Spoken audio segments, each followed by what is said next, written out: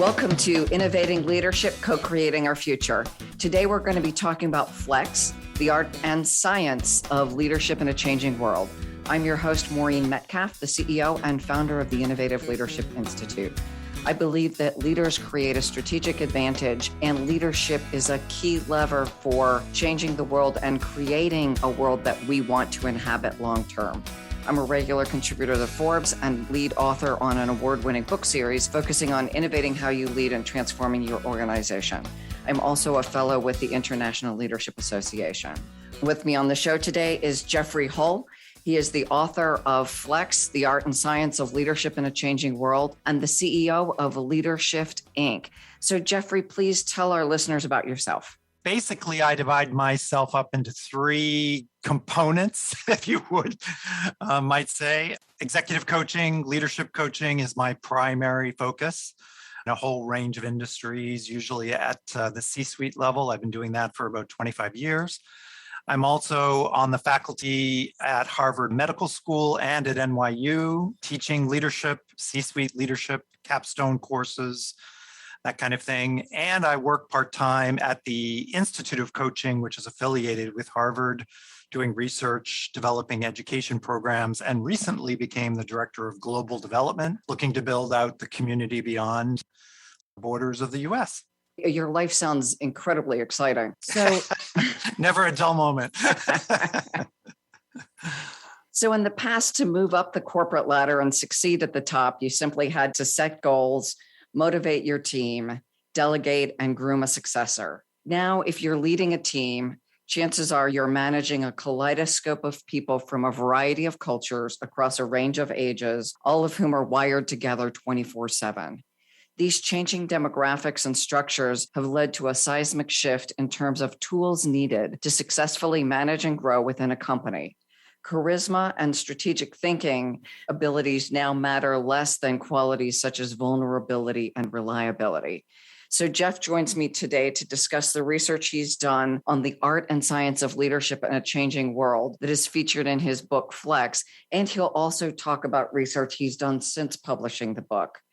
So Jeff, is there anything you want to tell us more about yourself and the book before we jump in? I think the only thing that I would add is that everything that I was working on, researching and writing about in 2019, 2020 is even more relevant today. You know, the book came out literally just as we were about to be hit with the pandemic. And you might say that everything would have stopped, but exactly the opposite happened. All the issues, changes, and the need for a more flexible leadership style to be successful actually has been accelerated in the last year. So I have seen exactly the same thing, that leaders who were effective managing transformation that was planned, many of them are not so effective at managing transformation that's unplanned. Yeah, well, I think what it comes down to, and it's the primary theme of my research in my book, is flexibility or agility. And even before we had all these disruptions, organizations were becoming flatter, more networked, all the things that you mentioned. Demographics were fundamentally changing. The world was becoming much more multicultural. The need to be agile in your leadership style was accelerating. But then we all went into lockdowns and we went into virtual space. And now we're probably moving into hybrid organizational dynamics. So in the past, when I would work with senior executives to talk about their need to become more flexible, their need to become more agile in their approach to leading teams, I would perhaps pick out one or two particular focus areas, like you said, like charisma or communications or team decision-making, all of which is still relevant. But today, those kinds of movements, those kinds of ability to be agile have reached the point where you have to do it in literally on the fly in the virtual space. Sometimes where you have employees and teams that have never even met each other in real life.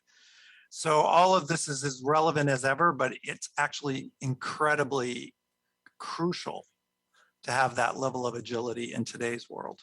Thank you for sharing that. And I'd love to dive into your latest research and unpack a little bit more about how the leadership environment is changing and how the pandemic has impacted leaders. I mean, I think the way I would summarize it is that before recent disruptions, productivity and performance and results were still the primary drivers for most leaders. And they would still fall back on numbers, on data, on task-oriented focus with their teams.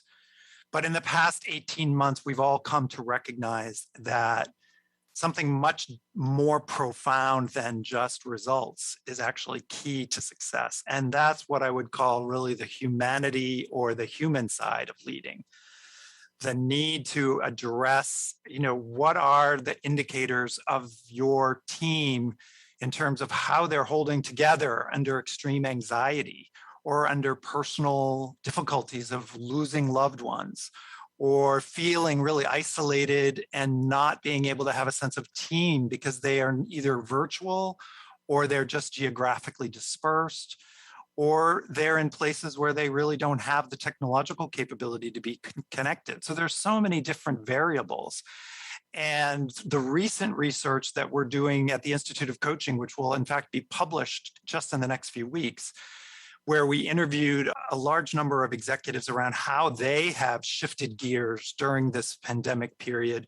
And the primary takeaway is they've had to become more human. They've had to become more personal.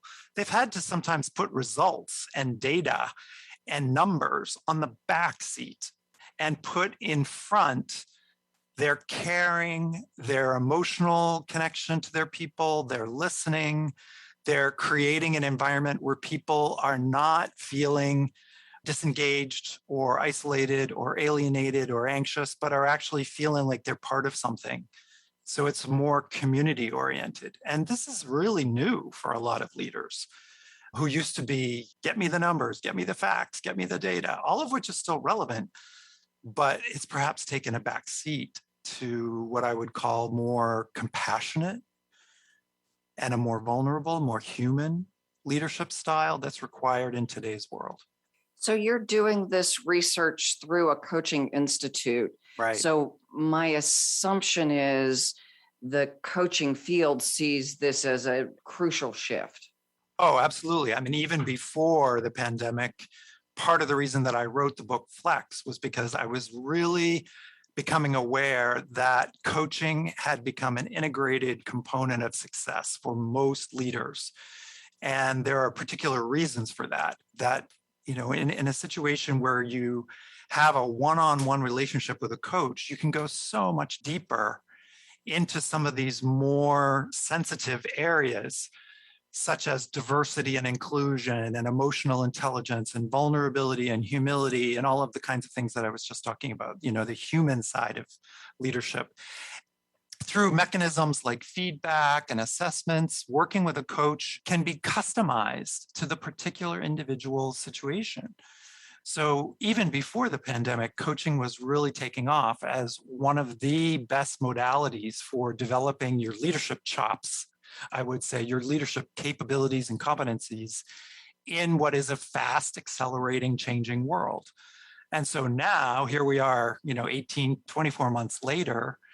And as we at the Institute of Coaching interview executives, they come back to us saying that, having a coach has become even more important to them. It's really one of the few places where they can let their hair down, where they can actually ask some of the really difficult personal questions about how to manage a team, for example, in a virtual space.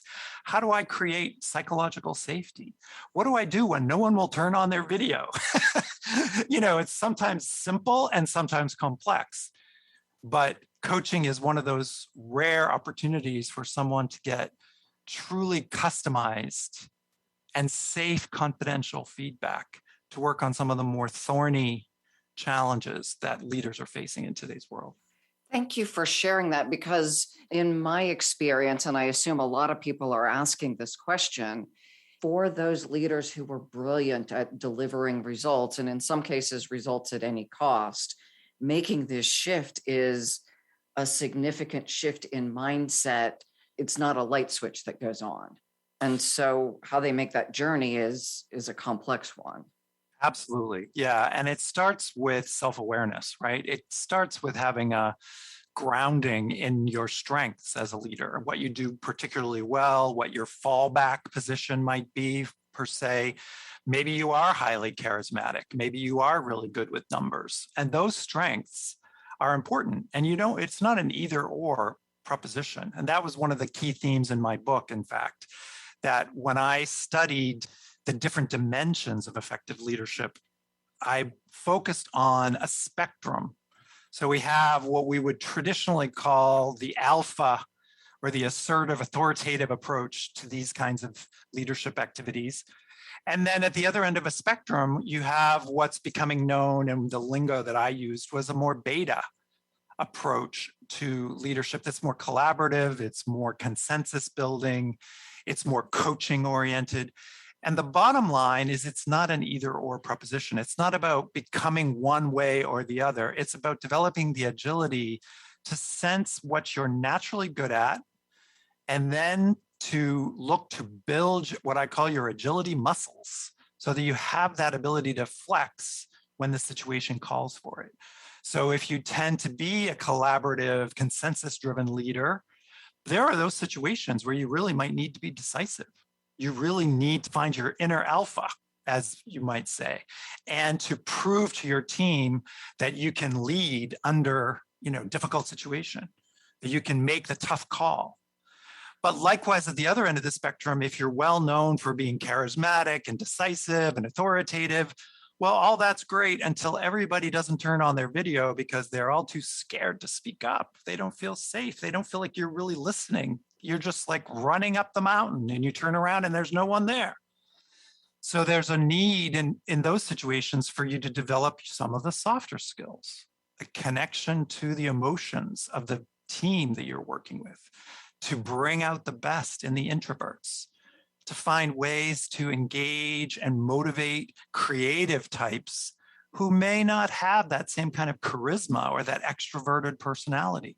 Or they may be multicultural. They may be coming from different cultures, for example, that don't always respect the one who's the loudest in the room. And so as we have today, multicultural teams, more women in leadership roles, we have more technically savvy people stepping up, there needs to be much more variety. And that's really what I was trying to focus on in my research and also in the book. So it sounds like we all know the play to your strengths piece. It sounds like I need to expand my strengths, that I have to build the capacity to do things that either weren't innately wired in me or aren't comfortable. Yeah, I love the way you spoke that too. It's getting over this idea that anything is innately wired. I have my quibbles with like personality tests that tell you that you are in this box in the quadrant and that's your style and that's it forever. I'm much more in favor of what I would call developmental assessments, where you get a snapshot in time around your strengths or around your derailers, which are often blind spots, or areas within a spectrum of emotional intelligence that may not be that comfortable for you. But that doesn't mean you can't develop them through practices, through taking some risks, through trying out new ways to operate. And maybe even most importantly, by actually looking at role models and developing the leaders on your team or in your organization that are not like you. I mean, this is one of the things I think that's fundamentally changing in organizations, which is it used to be very much a pyramid, right? Your goal was to get to the top of the pyramid and look down. But I think in today's world, it's much more about networked and much more about interconnectivity. And therefore, there's a shift from an I or an individually focused way of leading to what I would call a we or an organizationally or team focused way of leading, so that you can actually get the best out of everyone. It sounds like both I need to increase my range or my capacity, the developmental piece, and I need to be wired with a team who can augment me. but I don't get to abdicate things that just aren't so comfortable for me now. And one of the ones that comes to mind is this idea of integrity and appropriate behavior. I can't delegate constructive behavior to my ethics officer and I go off and do whatever I want and someone cleans it up. That there are things we all do. Absolutely. Yeah. No, you cannot delegate your own behavior. The only thing you can do is own, take accountability, and reflect, going back to my point about self-awareness, on your own behavior and develop an expanded repertoire. I love that. You and I are completely aligned on the idea that self-awareness is the first. Right. And that for many of us, the repertoire that worked even 2 years ago needs to be updated because it will be lacking in one way or another for most of us as the world has changed dramatically. An analogy would be that in the past, a leader needed to demonstrate a capacity to play one musical instrument. Let's say be really good at the piano, like be a world-class pianist or a world-class violinist. And that could take you a long way as a leader. If you were really charismatic, or you did particularly really good strategic thinking, or you were a visionary, or in any of those singular type categories. Today's leaders really need to think of themselves as an orchestra conductor. And the best orchestra conductors know how to play pretty much every instrument in the orchestra. They may not be virtuoso, but they make an effort to understand all the instruments, to know the nuances of all the different instruments, and to know how to get them to all play together. And most of the best conductors actually do play a lot of the instruments. I use that as an analogy because I think the days of being able to be a virtuoso individual musician as a leader are no longer going to work in today's world. As you're coaching people, because I imagine there were people listening who are either saying, I don't want to believe that because that's not me. And I'm in a leadership role and I go, right. this is not good news. And there are others listening who are saying, oh, that is me. And I didn't see that I had a path forward, but now I do. There are a lot of case studies in my book that cover those two ends of a spectrum, but I can think off the top of my head, for example, currently working with a scientist who has been asked to step up into a leadership role. And he's very uncomfortable. He would like to have the role, comes with more money, comes with a fancy title, comes with a bigger office, but he's really a scientist. He's really looking down the microscope, doing research, and also super successful at it. So he's virtuoso, right? But when asked to step up to a leadership role, I gave him the analogy of instead of looking down the microscope, you now need to look up the periscope, which is you now need to see your role as a leader in a much broader context than you were when you were just doing the science.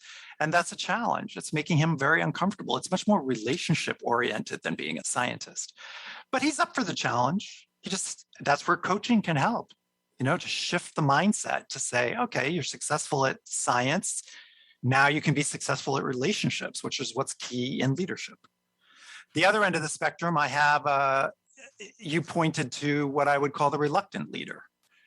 Someone who has historically not thought of themselves as a leader because they may not be super extroverted or charismatic or not the first one to speak up on the Zoom call, right? And yet when I'm coaching an individual like that, I ask them, so do you want to have impact? Do you want to have influence? Do you consider yourself part of the innovation, the creativity of the future of the organization? And usually I hear yes, yes, and yes. So that's when the coaching gets into, well, it's not necessary for you to become the superstar communicator, but you do need to develop your agility. You do need to develop those instruments to be able to speak up, to have a point of view, to have a relationship with other individuals. So that's maybe a little bit reluctant, but you can see already the two ends of the spectrum, right? The introvert becomes the leader and the scientist becomes the leader. It's all possible. I use the analogy a lot of leaders having to take on the mind of a scientist because of the changes in our context. As a leader, I'm going to be making big decisions with limited information and much more rapidly. So the ability to formulate a really good hypothesis and test it before I get full information is now, in my view, foundational. And the willingness to say, okay, we were close, but we need to fix this is also foundational, because the speed of change means I'm not going to get it right. I'll get it close. I'm not going to completely blow up my company, but there are things that just won't be as spot on as they would have been had I had more time. And what I love about what you're saying is that it's analogous to the design methodologies called Agile that a lot of companies are using these days. And what's great about that is that if you look at design thinking, which is where the Agile methodology was born, I think at Stanford originally, the core of the iterative process starts with listening and empathy and goes through a continuous cycle of listening, exploring, excavating, and expanding, and then taking risks, taking steps, creating prototypes, trying things out, but recognizing that it's never complete. You're never at that finished point. And I think that that's a beautiful analogy for the way leaders need to operate today. That agile thinking and that agile approach, which starts with listening, starts with empathy, but moves quickly, iteratively. Because a lot of my clients, and I bet you've run into this, will say to me, this all sounds great, Jeff, but it takes a lot of time. Like, I don't have time for all this empathy and all this listening and all. And I always say to them, that's a story you're telling yourself. Because if you look at software companies that use agile or their design thinking approaches, they do a lot of iterative thinking that involves empathy, that involves listening, that involves getting feedback, and they do it really quickly. It's called rapid prototyping. So it doesn't have to take a lot of time, but it does have to be intentional. You can't do it by accident. It doesn't happen. Well, and I wonder how many people are more specifically responding to, I'm uncomfortable with empathy. People are going to share stuff I don't want to hear. So let me not do that stuff. Also, demonstrating empathy requires the willingness to take on a listening style where you're taking in someone else's story, because you're really trying to listen at a deeper level. What's behind the words? What are the feelings? What are the nuances? That can be uncomfortable for a lot of people because it's not necessarily cut and dry. You're getting into some gray areas where you need to make some interpretations. Whereas raw data is pretty self-explanatory. It's either A, B, or C, or you're 90% or 95%. So storytelling is actually a crucial skill, but it's challenged. Storytelling and story listening is becoming a really important skill for leaders. And it can be uncomfortable because it's not necessarily natural to everyone. So I assume then this is part of what you teach in your coaching experiences is how do I listen more deeply and more intently, not just for the steps in the story, but even the choice of which story to tell tells me about the person with whom I'm interacting. It's a really good point. And often what I will do with my clients is a couple things. One is make some distinctions for them, which have gotten kind of lost along the way, between what we would call advising, mentoring, coaching, delegating.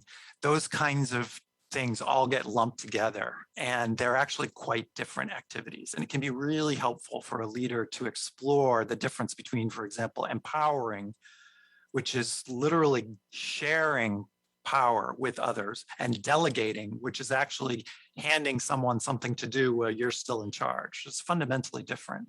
So getting into some of those distinctions can be really helpful for leaders that are trying to be more nuanced and trying to be more flexible with their leadership style. I love that distinction. I assume in your book, Flex, you talk about that and other key distinctions. Oh, absolutely. Yeah. I mean, the distinction in this section on collaboration between coaching and mentoring, for example, is a really important distinction. And this gets to your listening point, your story that we mentioned before. Mentoring, a lot of people think that mentoring and coaching are sort of the same thing, but they're really not. Mentoring still has a power over dynamic. If you're the mentor, you're the expert. So your goal is to transmit your expertise to your mentee. And it's very helpful. It's really great stuff. Absolutely, everyone should have a mentor, but it's very different from coaching. Coaching is a partnership where you take off the power hat and you actually are on par or on peer with your coachee, and you're in an exploratory questioning space. So it's quite different. And understanding those distinctions can really help create a more collaborative environment. So you're right, I did spend quite a bit of time in studies on these kinds of distinctions. Same thing with the difference between creativity and productivity, which we talked about earlier. Because a lot of leaders struggle. They want their people to be highly productive. But then at the same time, they're like, yeah, but then you also need to be creative. We need to innovate. We need new ideas. Well, they're very different energies. Being highly productive is about results. It's about tasks. It's about structure and discipline. Whereas being highly creative is almost exactly the opposite. It's highly fluid. It's unpredictable. It happens in the middle of the night or when you're in a shower. So, those leaders that want to have both need to understand those distinctions and then be able to create an environment that nurtures those different distinctions. The thought that comes to mind as you say that is, yeah, you can be productive at work and then go shower and be creative at home. Exactly. But I'm thinking that's not exactly what you're referring to. In a sense, it's what happens. That's why these kinds of research is helpful. Because, for example, I'll give you a real tangible example. I had a statistician I was working with, a leader in the statistics area for a pharmaceutical company. He wanted to be very creative.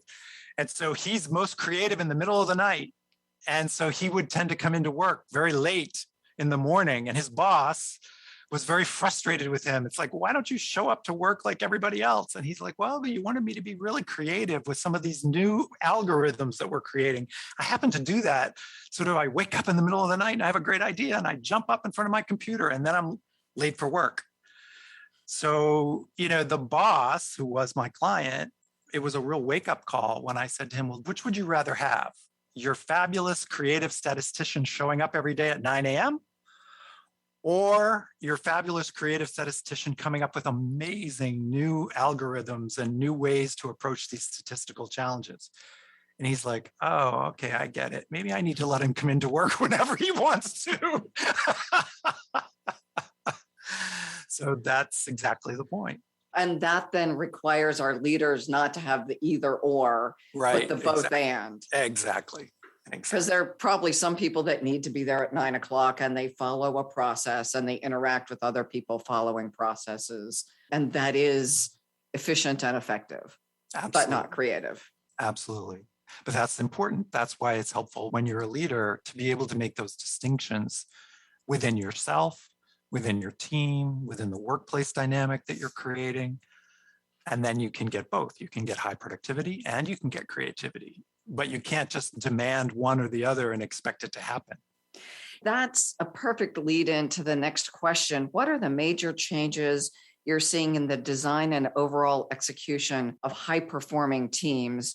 What are you seeing that is new and why does that matter? The thing that's really shifting, and it was already happening when my book came out a year and a half ago, but it's now super accelerated, is the shift from a hierarchical approach to leading to a more networked, or I would say collaborative approach, which is incorporating the leadership of everyone into your teamwork. So most leaders still want to take charge in terms of creating a vision, having a mission, having a set of goals. But the acceleration toward being more inclusive in terms of getting everyone on board with how they're going to accomplish that. And that requires a much more flexible style. It can't really be dictated especially in today's virtual space. You have to create an environment where you understand the strengths of your people. You're really focused on listening and engaging and empowering the leadership of others, not just the person who has the fancy office or the fancy title. And that kind of alignment is what creates a really high performing team in today's environment. That sounds like a shift in mindset and behavior from the leader. Also, org structure and culture. Yeah, but it also requires more of the team too. It actually requires the team to step up and participate. So it's a two-way street. I think it's important for leaders to not feel that they have the burden that it's all on their shoulders to make everyone engage. I think that with millennials now and with the next generation of leaders, they need to also step up and participate and take accountability and ownership of their participation. So as you say that, you've used the metaphor of an orchestra conductor. And at this point, I'm thinking also of people dancing, and specifically the traditional ballroom dancing. If I step back, hopefully you step forward. Otherwise, the partnership is a bit disconnected. Yeah, and I think that it's valuable and valid for leaders to actually engage in dialogue with their team around shared leadership. What does that mean? What part of the project are we actually going to give ownership and empowerment to everyone on the team? Who's going to be responsible for what? It's like what came to my mind when you were talking about dancing was the Hava Nagila. Everyone's sort of standing in a circle and they're dancing together. And there is perhaps no obvious leader, but everyone is doing their part in order to make it feel cohesive. And I think it's important in today's world in particular that leaders have that conversation with their team. There's what's called the teal style leader, which is almost moving toward leaderless teams. But I would argue that it's when you try, in fact, here at the Institute of Coaching, we've talked about this in my team.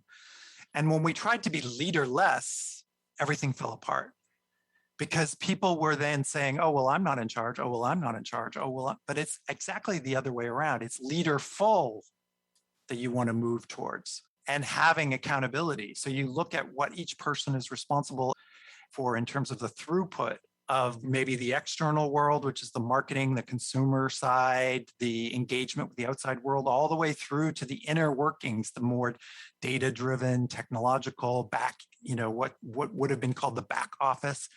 But everybody has a part to play, and everyone needs to be thinking of themselves as part of the leadership circle, so to speak. I do a lot personally with the developmental psychology that informs the idea of teal leadership. So it's a really comfortable construct.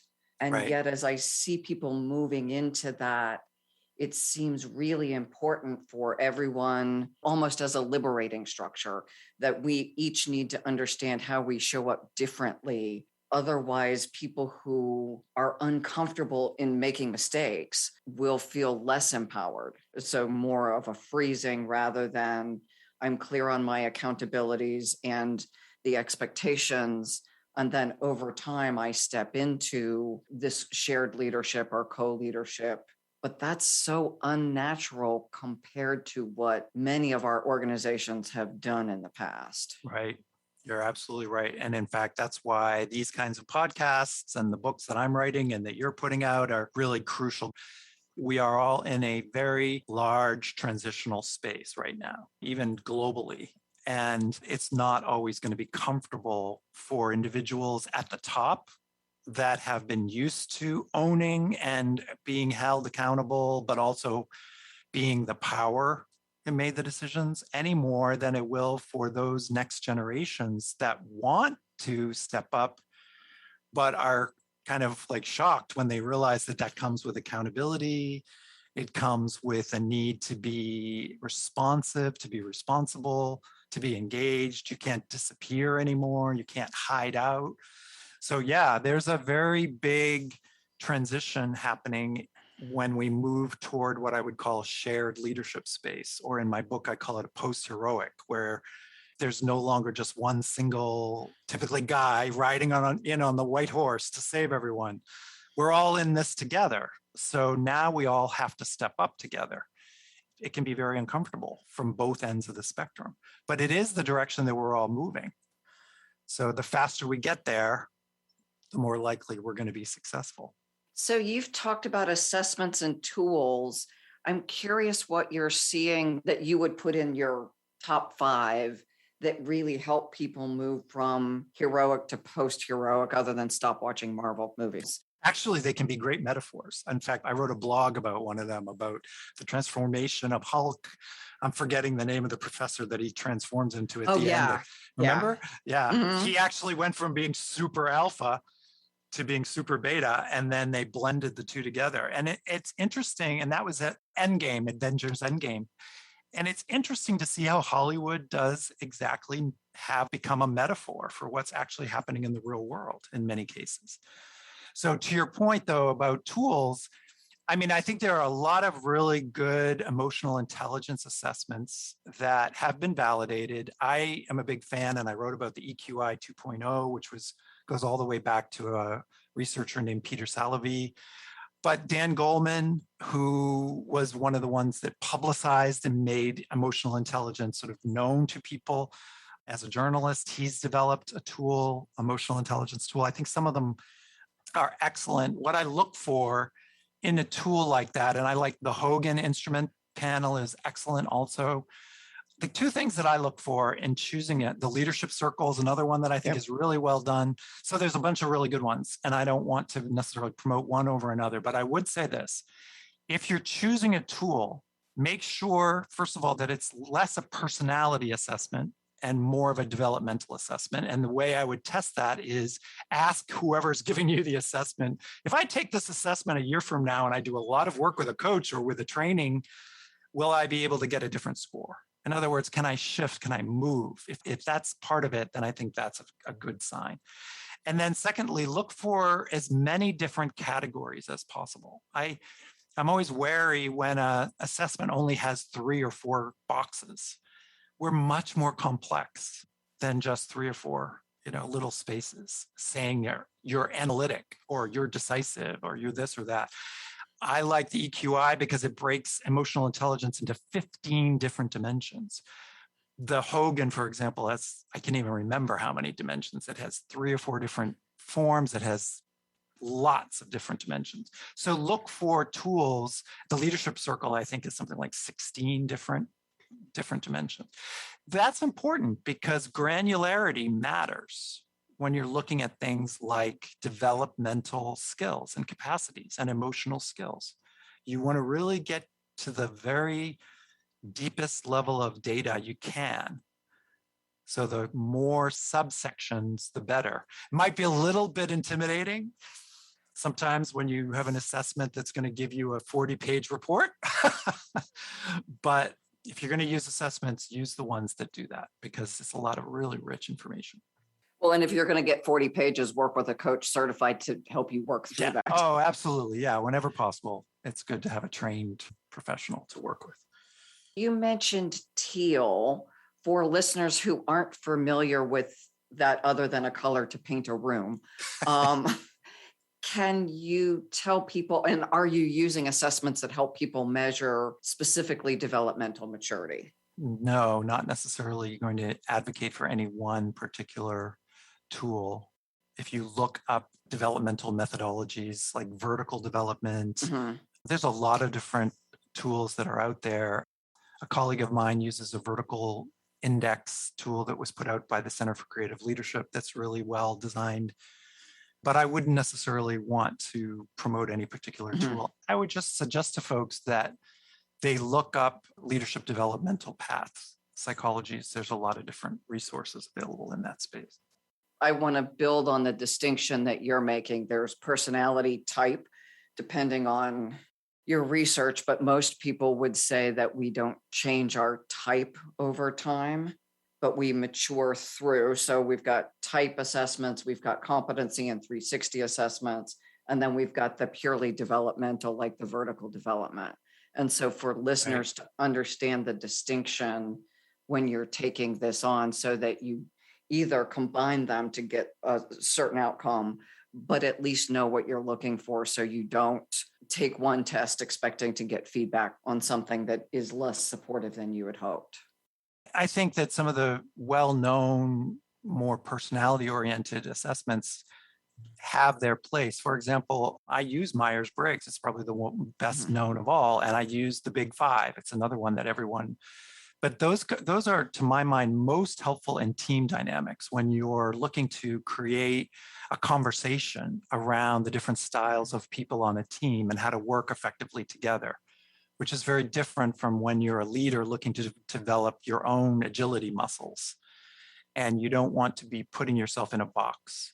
You want to find out your strengths, of which there are a number of different assessments that can tell you those, and then look to expand, look to broaden your capacities. That's really, to my mind, the key. And we absolutely agree on that. I'm just wanting to tease it out a little bit. So listeners who don't have a level of expertise in which assessment might be useful, that this gives a broader awareness of the options and where to start. Yeah. And I mean, the question to ask when you're going into a training or you're going into a coaching is, am I doing this to discover my personality, or am I doing this to discover my strengths or my emotional intelligence capacities? Find out exactly what the goal is, and they can all be helpful. But at the end of the day, this gets back to the value of coaching. All of those tools, really, the best thing they do is tee up a conversation. They're not a be all and end all in themselves. Yeah, in fact, that's the first thing I say when giving feedback is these are numbers on a page that no matter how good or comprehensive the assessment is, can't fully describe a human being. It's just a construct designed to measure an aspect. That's where the conversation starts. Right. And I would say the same thing about feedback. I think a lot of clients, a lot of leaders, young leaders, senior leaders are in a situation now where they're being asked to do 360 feedback. They're being asked to report on their colleagues. At the end of the day, it's actually really good development that we are now in a more feedback-oriented culture. But I am always cautioning, because that, again, is simply, it's just data. It's just a perception. It's not who you are. So take it all with a grain of salt and use it if it's helpful. My rule of thumb with these kinds of 360 feedback tools and all the different, there are a lot of different approaches. I typically tell my client, I'm going to do this, and then I'm going to summarize everything into 2 or 3 key takeaways, because what you really want is something you can use. I love Marshall Goldsmith's approach to what he calls feed forward, which is, give me feedback that'll help me tomorrow. It's like, if you only can do one thing, what would it be? That's useful, not just reading through lots of feedback and then trying to parse what's useful, what isn't. So all of those things, it's great that we're moving more into a developmental culture. I think that's a good thing, but let's not get lost in the data. Well, and to pile on to that comment, often I'll see Bill could be more assertive. Bill is too assertive. The completely conflicting comments. That's true. Or the same person, because different constituents are looking for a different behavior from Bill, and points out again the nuance of leading overall, and that there is, even with a good assessment, you're still going to see conflicts. Absolutely. There's a case study in my book with the head of emergency medicine where feedback from the patients was very positive, very directive, very authoritative, very competent, very fast, all the things you'd want to be from a director of emergency medicine during a pandemic. But from his team, never listens, talks too fast, totally pushy, totally dominant, doesn't really take in our opinion, doesn't conduct a meeting that's inclusive, steamrolls us. So it's like all of the things that the patients love about this doctor, the team found really difficult. Well, that just points to exactly what we're talking about, which is that when you're doing one thing well, that doesn't necessarily translate into every environment. So I did not coach this director of emergency medicine to become a softie with his patients or to take extra time and listen to them. I did, however, coach him to try practicing that with his team. It's a both and, not an either or. And that illustrates a point that I think is so important. Often we're not teaching them new behavior. We're just teaching people to pivot using something they're already good at. Absolutely. Yeah, absolutely. I find sometimes that one of the most powerful transitional moments in a coaching dynamic is when I ask someone how they treat folks in their family or their children or their friends versus how they treat folks in their team or their clients or whatever, if they're a doctor or whatever. And it's having them reflect on the distinctions and then recognize, oh, I do a really nice job with my 10-year-old. I can be playful, I can play, I can listen, I can spend time. And I'm like, oh, so you have all those skills. You just don't apply them in a different environment. So you're absolutely right. A lot of the time, that flexibility muscle, that's really the core theme of my book, is available to us. It's becoming more aware of it, getting back to self-awareness, and then practicing, putting it into practice. A perfect example, and maybe a good one, so I know we're closing out here soon, but I had a couple of clients who were really good at teamwork in the real world. And then the pandemic hit. And they came back to me, a few months later, and they were like, Jeff, what's going on? I can't get my team to turn on their videos. Some people don't show up. And I said, well, what are you doing that's different from what you did in the real world? And they said to me, oh, well, we would have casual conversation. We would meet over the coffee machine. We would chit chat a little bit before. And now we don't have time for that because we're on virtual. So we just jump right in. And I'm like, no. Wait a minute. Aren't they still human beings, even though they're in little boxes? Oh, so you want me to spend a little time connecting, listening, talking, small talk. I'm like, yeah, can you do small talk on Zoom? And he's like, yeah, of course I could, but I just never thought about it. I'm like, okay, it's not rocket science, but it's important. So this really gets to, again, the importance of soft skills and the importance of what your research is revealing going forward. What else do you want to highlight that has come out of your research that you want to make sure that listeners walk away with? Probably the most important thing of all is that putting the emotional context of what's happening in your team at the forefront is no longer a nice to have. It's really a requirement because we are living through a very difficult, high anxiety, in some ways, very painful period in our history, whether it's in the US or Europe or anywhere else. And so any leader that wants to continue to have a high-performing team and be effective has to take into account the emotional state and the physical state of their staff. That was always true, right? You always had to care. It would always be better to care about your people. But in today's world, it needs to be primary. Because without it, people disappear. They don't show up. They won't perform. So that would be my big takeaway, is really pay attention to how people are feeling, whether they're engaged, be willing to check in personally. That's the time we're living in. That's the leadership that's required. Thank you. And thank you for sharing that so thoughtfully. I read a statistic recently that 47% of people are now clinically dealing with anxiety and depression. There you go. Yeah. So half of many teams will be struggling. Many of them will not share that with us. Right. That as the leader and as the team member, it is now imperative. It's, to your point, not optional. It's not the difference between good and great. It's the difference between ineffective and somewhere in the good to great spectrum. Yep, 100% agree.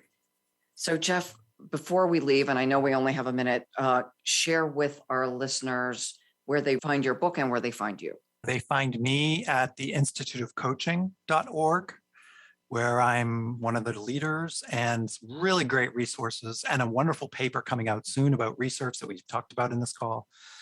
And they can also find me at my website, jeffreyhull.com.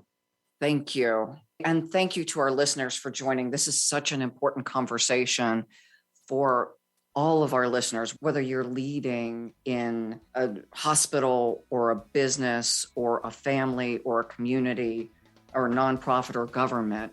All of our leaders need to rethink and develop skills where they are uncomfortable in this way of doing the things we had to do well before, and in connecting more with people and being more caring in our work environments and in our home environments in many cases. So thank you for listening. Thank you for continuing to innovate how you lead. Please share this information with others. And most of all, thank you for being effective as leaders. Join us again.